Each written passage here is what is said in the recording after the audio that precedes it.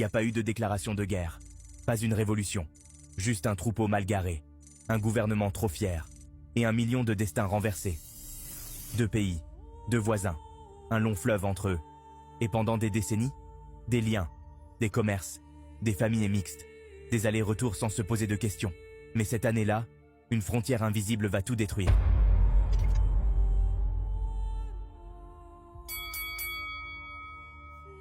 Messieurs, dames, installez-vous.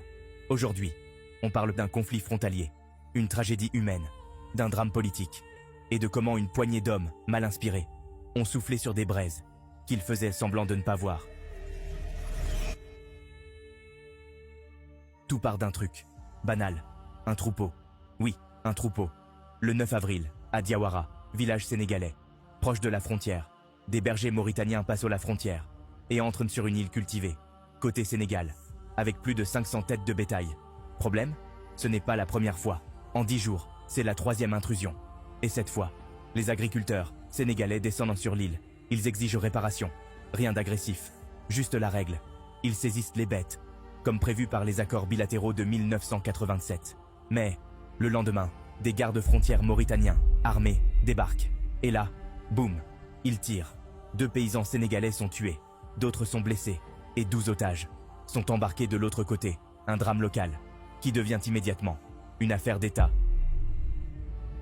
15 avril, Dakar, Djibril Ould Abdallah, ministre mauritanien de l'Intérieur, arrive.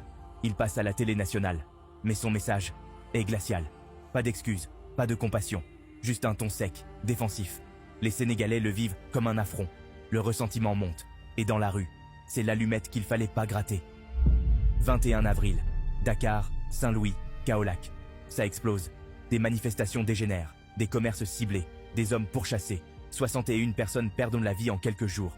Des gens ordinaires, tués par une colère qu'ils n'avaient pas provoquée. 25 avril, la Mauritanie répond. Représailles, féroces, organisées. Les Sénégalais sont tués, traqués, battus. Mais pire encore, des Noirs mauritaniens, nés là, ayant toujours vécu là, sont déportés, humiliés, jetés de l'autre côté de la frontière, par leur propre gouvernement. 200 morts, en silence. Mais le pire, c'est que la violence ne s'arrête pas là. Avril à août 1989, c'est l'exode. Massif, brutal, humiliant. 70 000 Sénégalais rapatriés de Mauritanie. 160 000 Mauritaniens expulsés du Sénégal. C'est pas des chiffres, c'est des visages, des mères, des enfants, des commerçants, des bergers, des élèves. C'est des biens confisqués, des terres oubliées, des histoires effacées. 21 août 1989. Les 2 pays coupent les ponts, frontières fermées, ambassades vidées, et dans le silence, le deuil continue. Entre 1990 et 1991, des tentatives de médiation, des réunions à Bamako, Lagos, Paris. Tout le monde veut calmer. Personne n'écoute. Le Sénégal veut justice pour les déportés.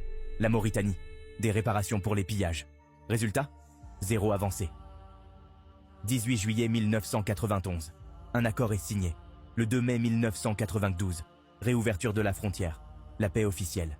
Mais la blessure, toujours là. Aujourd'hui encore, des milliers de personnes vivent sans papier, sans reconnaissance. Des enfants sont nés en exil. Des adultes ne savent plus de quel côté ils appartiennent. Et ceux qui ont tout perdu n'ont jamais été indemnisés.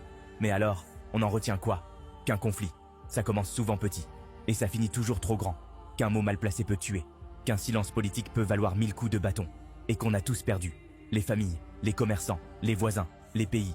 Alors que ce soit clair, on n'est pas là pour rouvrir les plaies. On est là pour qu'elles cicatrisent, vraiment. Et que plus jamais, on ne se regarde comme des étrangers quand l'histoire nous a tant de fois réunis. Moi,